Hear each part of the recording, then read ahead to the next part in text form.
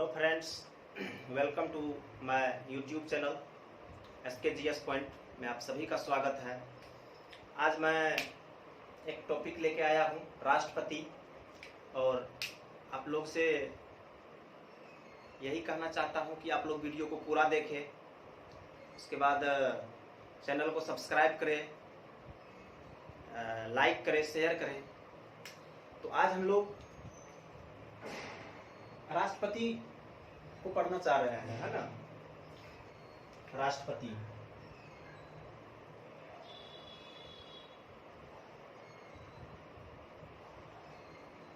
राष्ट्रपति है ना। कि राष्ट्रपति क्या होता है, इस चीज को पहले हम लोग देखेंगे। सबसे पहली बात है कि राष्ट्रपति का पद जो है, राष्ट्रपति का पद ब्रिटेन के संविधान से लिया गया है। पद जो है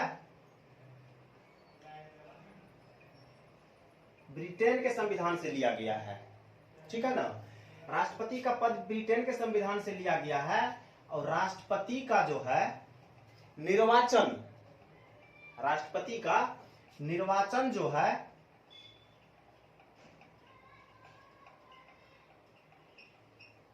अमेरिका के संविधान से लिया गया है, USA के संविधान से लिया गया है। क्या चीज लिया गया है अमेरिका के संविधान से? पद तो लिया गया है ब्रिटेन से, निर्वाचन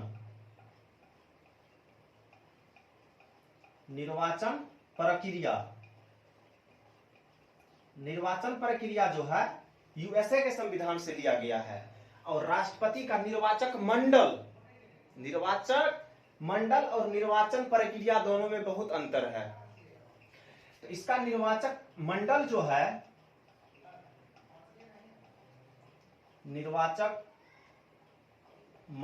है, कहां से लिया गया है? आयरलैंड के संविधान से लिया गया है।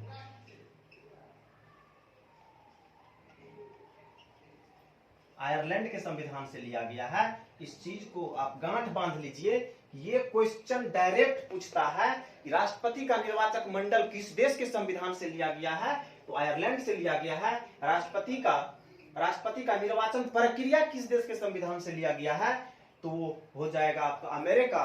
और राष्ट्रपति का पद कहां से लिया गया है, तो ये हो जाएगा आपका ब्रिटेन। सबसे पहले इस चीज को आप समझ गए होंगे। और अब मैं आगे बात करना चाहता हूं कि राष्ट्रपति आखिर होता क्या है। राष्ट्रपति होता क्या है? तो सबसे पहली बात कहा गया है कि राष्ट्रपति भारत के राष्ट्र प्रमुख होगा। राष्ट्रपति क्या होगा? राष्ट्र प्रमुख होगा। पहली बात, राष्ट्रपति भारत के राष्ट्र प्रमुख होगा।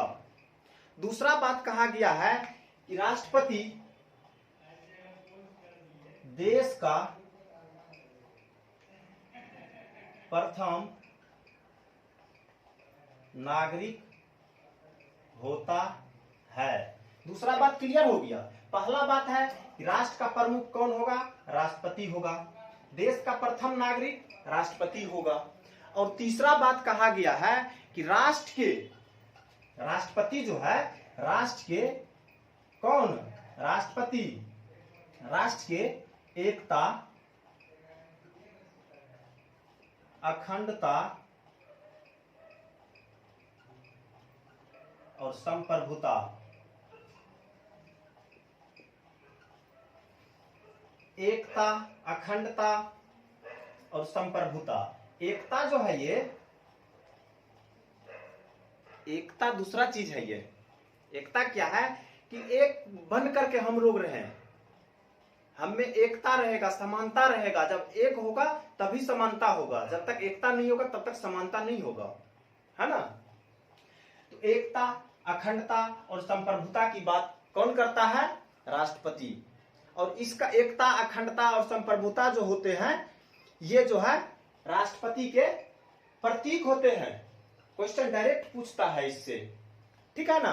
अब बात करते हैं हम कि राष्ट्रपति जो होते हैं, राष्ट्रपति जो होते हैं कार्यपालिका के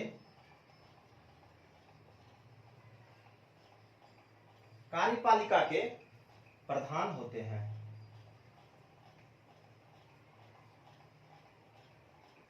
प्रधान होते हैं अर्थात राष्ट्रपति जो होते हैं कार्यपालिका के प्रधान होते हैं, लेकिन आगे पढ़ेंगे औपचारिक प्रधान होता है ना। तो राष्ट्रपति जो होते हैं कार्यपालिका के प्रधान होते हैं। यह हमारे मूल संविधान की मैं बात कर रहा हूं। राष्ट्रपति हमारे राष्ट्रपति जो है कार्यपालिका के प्रधान होते हैं, अर्थात राष्ट्रपति कार्यपालिका के जितने भी कार्य होते हैं राष्ट्रपति के नाम से संबोधन होता है, उसमें राष्ट्रपति का नाम जाता है। अब राष्ट्रपति का जो है निर्वाचन की अगर बात करते हैं, थोड़ा थोड़ा हम लोग चर्चा कर रहे हैं अभी, उसको फिर हम लोग व्याख्या अलग से करेंगे। राष्ट्रपति का जो निर्वाचन होता है वो निर्वाचक मंडल के द्वारा होता है।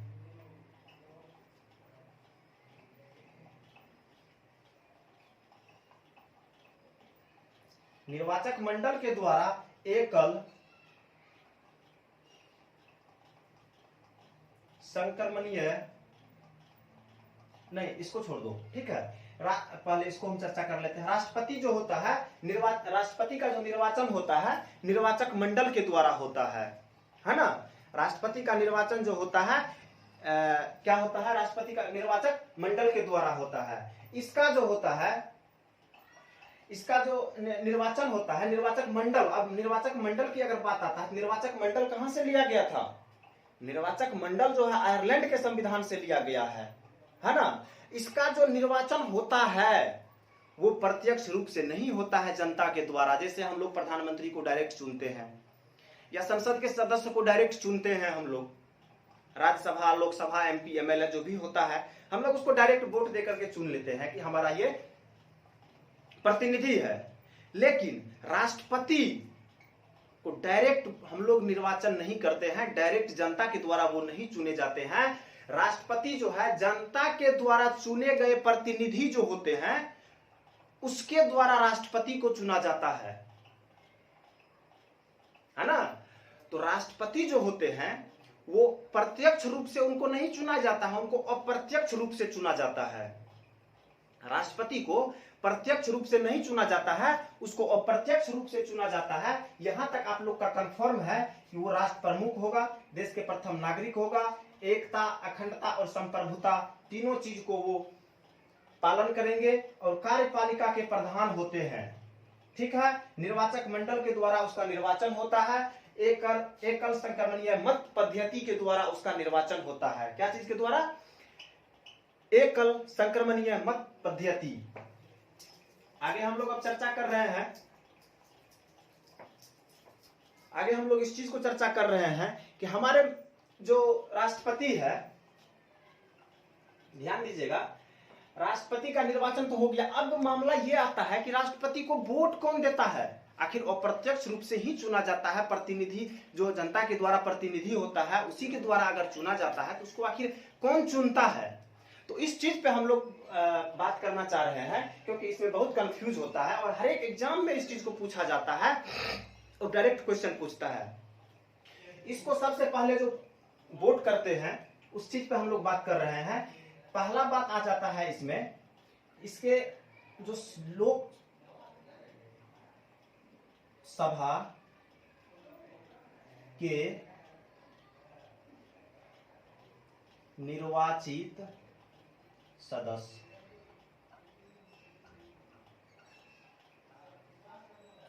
लोकसभा के निर्वाचित सदस्य, इसका हम क्या चीज का बात कर रहे हैं? निर्वाचन का बात कर रहे हैं। निर्वाचन का हम लोग अभी बात कर रहे हैं, ठीक है ना। सबसे पहला बात है लोकसभा के सभी निर्वाचित सदस्य उसको वोट देते हैं। दूसरा कौन देता है? राज्यसभा के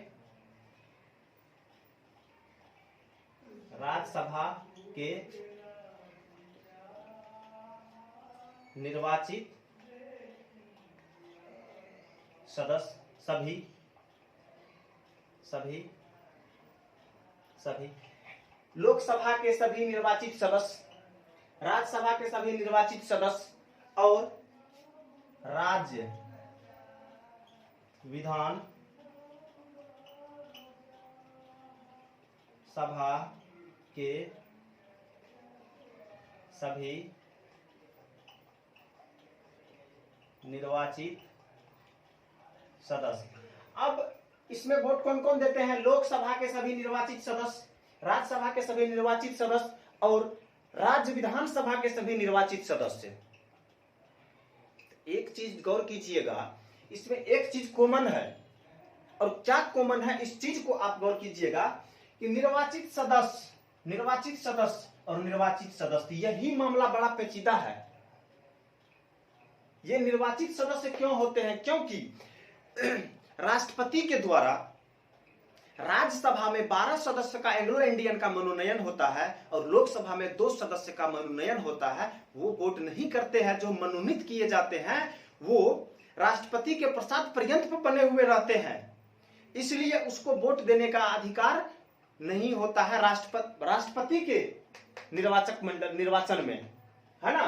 तो इसलिए निर्वाचन शब्द का यहाँ पे प्रयोग किया गया है। हमेशा इस चीज को ध्यान रखेंगे। बीपीएससी के कोई क्वेश्चन जो होता है इसी मॉडल में रहता है, खास करके क्योंकि वो कंडीशनल क्वेश्चन पूछता है, और निर्वाचन शब्द जिसमें रहेगा वही आंसर सही होगा, क्योंकि सब सेम लगेगा आपको, क्योंकि निर्वाचन का बात यहाँ पर आता है तो सभी निर्वाचन सदस्य ही आंसर होगा उसमें। तो अब कुल मिला के हम कह सकते हैं लोकसभा, राज्यसभा और राज्य विधानसभा के सभी निर्वाचित सदस्य। तो अब लोकसभा और राज्यसभा कहां पे, लोकसभा सदस्य और राज्यसभा के निर्वाचित सदस्य कहां पे बैठते हैं? संसद में बैठते हैं, संसद में बैठते हैं, ठीक है। तो संसद में जो भी व्यक्ति बैठते हैं उसको हम लोग कहते हैं एमपी, मेंबर ऑफ पार्लियामेंट, ठीक है। तो ये जो राज्यसभा लोकसभा के निर्वाचित एमपी है, मेंबर ऑफ पार्लियामेंट है, तो ये कुल मिला के हम कह सकते हैं कि संसद के सभी निर्वाचित सदस्य, संसद के सभी निर्वाचित सदस्य। अब ये दोनों लाइन को हम एक लाइन में मर्ज कर दिए हैं, ध्यान दीजिएगा। ये कहता था लोकसभा के निर्वाचित सदस्य, दूसरा कहता था राज्यसभा के निर्वाचित सदस्य। अब इसको एक लाइन में हम मर्ज किए हैं, संसद के सभी निर्वाचित सदस्य। बात तो उतना ही हुआ ना जितना ये 2 लाइन में बोल रहा है। ध्यान रखना है, और याद रखने के लिए छोटा से छोटा टर्म को हम पकड़ सकते हैं छोटी लाइन में। तो इसको हम एक लाइन में मर्ज किए, क्या हो गया? संसद के सभी सदस्य, ठीक है। अब बात करते हैं हम, थोड़ा सा इधर से मैं मिटा देता हूं। अब मैं बात कर रहा हूं, संसद के सभी सदस्य हो गया। अब तीसरा नंबर का बात कर रहा है कि राज्य विधानसभा के सभी निर्वाचित सदस्य। तो राज्य विधानसभा के सभी निर्वाचित सदस्य को हम क्या कह सकते हैं? एमएलए तो कह सकते हैं, क्योंकि वो जीत करके विधानमंडल में गए हुए हैं, तो उसको हम कह सकते हैं। यहां पर हो गया, इस सभी सदस्य को हम क्या कहते हैं? एमपी कहते हैं, और इसको क्या कहते हैं? एमएलए कहते हैं, जो कि राज्य विधानसभा के सभी निर्वाचित सदस्य होता है, उसे हम एमएलए कहते हैं। तो इस लाइन को हम, पूरा लाइन को हम एमएलए तो कह सकते हैं, क्योंकि राज्य विधानसभा के निर्वाचित सदस्य है, जिसको हम एमएलए डायरेक्ट कह सकते हैं, और इसको हम एमपी डायरेक्ट कह सकते हैं। तो इसमें जो वोट देते हैं, अब इस सब का भी हम एक पॉइंट पे हम आ रहे हैं यहाँ पे। इस सब के बाद भी अगर हम कह सकते हैं तो सभी निर्वाचित एमपी यानी मेंबर ऑफ पार्लियामेंट और MLA, member of legislative assembly होता है इसका फुल फॉर्म। इसका होता है member of parliament, member of legislative assembly. अब कुल मिला के हम कह सकते हैं कि सभी निर्वाचित एमपी और सभी निर्वाचित एमएलए वोट देते हैं किनको? राष्ट्रपति को। अब हम पूरा चीज को हम एक लाइन में समेट दिया है, एमपी और एमएलए वोट देते हैं किसको? राष्ट्रपति को। कैसे? अप्रत्यक्ष रूप से। अप्रत्यक्ष रूप से क्यों कहते हैं? क्योंकि हम जनता है, हम उसको नहीं चुनते हैं। जो हमारे द्वारा चुने गए प्रतिनिधि है वो किसी और को चुनता है, ठीक है ना। तो इस चीज को ध्यान देना है। हमेशा राष्ट्रपति का जो चुनाव होता है उसमें अप्रत्यक्ष रूप से होता है, और इसको जो वोट देते हैं वो देते हैं निर्वाचित एमपी और निर्वाचित एमएलए। निर्वाचित शब्द नहीं छोड़ना है, ठीक है ना, यही चीज है मेन चीज। तो एमपी और एमएलए उनको वोट देते हैं, और वो उनका एक कंडीशन है कि उसका वोट का जो काउंटिंग होता है ना वो अनुपातिक पद्धति होता है। एकल संक्रमणीय मत अनुपातिक पद्धति कहा जाता है उसको, ठीक है ना।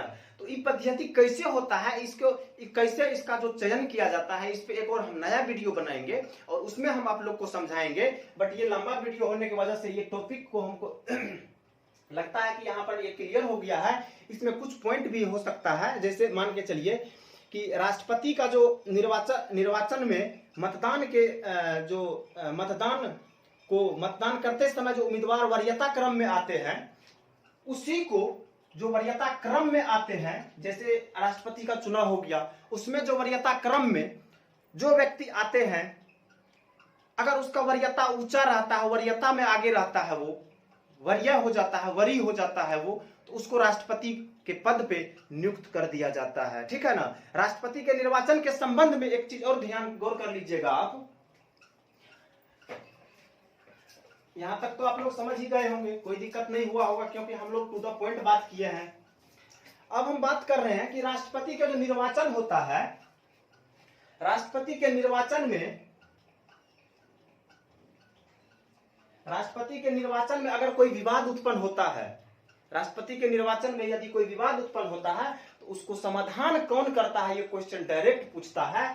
तो राष्ट्रपति के निर्वाचन में यदि कोई विवाद उत्पन्न होता है तो सुप्रीम कोर्ट के द्वारा उस चीज को क्लियर किया जाता है, उस चीज को सही किया जाता है। सुप्रीम कोर्ट ही इस केस को फैसला दे सकता है और कोई नहीं दे सकता है राष्ट्रपति के चुनाव के मामला में। और एक चीज और ध्यान दे दीजिएगा, जैसे दिल्ली है हमारा, दिल्ली और पांडिचेरी, दिल्ली और पांडिचेरी में मामला क्या था, हमारे मूल संविधान में यहां से सदस्य को नहीं लिया जाता था, यहां के सदस्य को वोट देने का अधिकार नहीं था हमारे मूल संविधान में। लेकिन 70वें संवैधानिक संशोधन, ये क्वेश्चन पूछा गया है, इसको ध्यान दे दीजिएगा।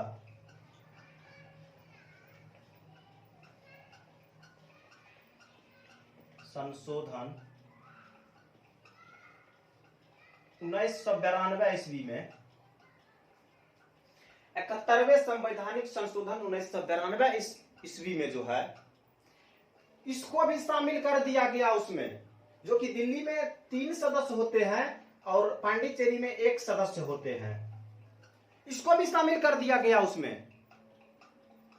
है ना। और राष्ट्रपति और सुप्रीम कोर्ट जो इसका जो फैसला देता है, सुप्रीम कोर्ट के जो पास केस जाता है राष्ट्रपति के निर्वाचन संबंधी, अगर कोई गलत काम हो जाता है या उस पर कोई तरह का विवाद हो जाता है, तो सुप्रीम कोर्ट के पास जो मामला जाता है ये, तो सुप्रीम कोर्ट संविधान के आर्टिकल